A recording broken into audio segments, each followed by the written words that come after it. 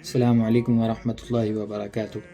مسلمان کسے کہتے ہیں؟ مسلمان وہ ہے جو اسلامی طریقے طور اور طریقے پر اپنی زندگی کو گزارے۔ اب اسلام کے 5 فرائض ہیں۔ میں سب سے پہلا ہے شہادت لا الہ الا اللہ محمد رسول اللہ صلی اللہ علیہ وسلم۔ پھر دوسرا ہے نماز، روزہ، زکوٰۃ اور حج۔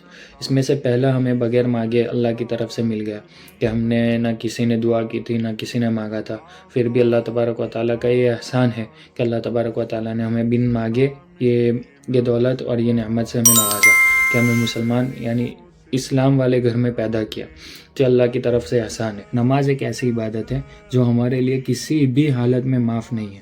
اب یہی ایک عبادت ہے جو ہم کر سکتے ہیں، جس کی ہم پابندی کر سکتے ہیں، وہ بھی ہم نہیں کر رہے ہیں۔ اب ہم دیکھیں کہ بھئی نماز، زکوٰۃ، روزہ اور حج، تو بھئی زکوٰۃ اور حج ایسے لوگوں پر ہے جس کے پاس مال ہے کہ اگر کسی کے پاس نصاب کے وقت مال نہیں ہے تو وہ زکوٰۃ نہیں دے گا، اس پر زکوٰۃ معاف ہے۔ اب حج کی باری آئی تو حج بھی ایسے لوگوں پر ہیں جس کے پاس مال ہے، اگر اس کے پاس مال نہیں ہے، اتنا پیسہ نہیں ہے کہ وہ حج کر سکے تو اس پر حج معاف ہے۔ اب رہی ہمارے پاس روزہ اگر کسی کو کوئی بیماری ہے، کسی کو کوئی ایسی بیماری ہے جس کی وجہ سے وہ نہیں رکھ سکتا روزہ، تو روزہ بھی معاف ہے۔ اب رہی بات صرف نماز، اسلام میں ہمارے پاس فرائض میں رہا کیا؟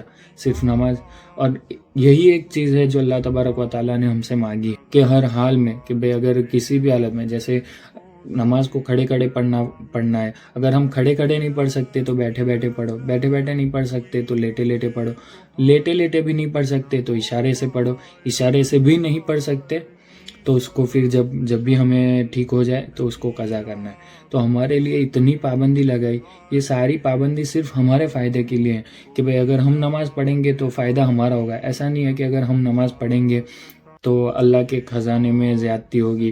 یہ سارے فائدے ہمارے لیے کہ اللہ کی طرف سے رحمت آئے گی، اللہ کی طرف سے ہمارے گناہ معاف ہوں گے، ہمارے لیے رزق میں برکت آئے گی، پلس ہمیں ہم گناہوں سے محفوظ رہیں گے، ہم اللہ کے قریب رہیں گے۔ یہ ساری چیزیں ہمارے فائدے کے لیے، نہ کہ اللہ کے فائدے کے لیے۔ تو اس چیز کو سمجھے اور 5 وقت کی نماز کی خوب پابندی کرے، اور ایسا نہیں ہے کہ بھئی اس کو چھوڑ کے کوئی راستہ ہے۔ اگر کل کو مجھے موت آ گئی تو میں کیا کروں گا؟ میرے پاس کیا ہوگا؟ مجھے جانا تو اسی کے پاس ہے، اللہ ہی کے پاس جانا ہے۔ تو بہتر یہ ہے کہ کم سے کم کچھ نہ کچھ اللہ کے پاس لے کر جاؤں، کم سے کم کچھ زیادہ نہ کر سکوں تو اس نے جو میرے لیے فرض کیا ہے وہی لے کے جاؤ تو بہت ہے۔ تو آپ سبھی بھائیوں سے، بہنوں سے میری یہ مؤدبانہ گزارش ہے، اور میں خود بھی کہنے والا ہوں، میں کہہ رہا ہوں، تو سب سے پہلے میں اپنے آپ کو مخاطب کر رہا ہوں، تو سب سے پہلے میں بھی پابندی کروں، اور آپ سبھی سے بھی گزارش ہے کہ نماز کی پابندی کریں۔ شکریہ۔ السلام علیکم ورحمۃ اللہ۔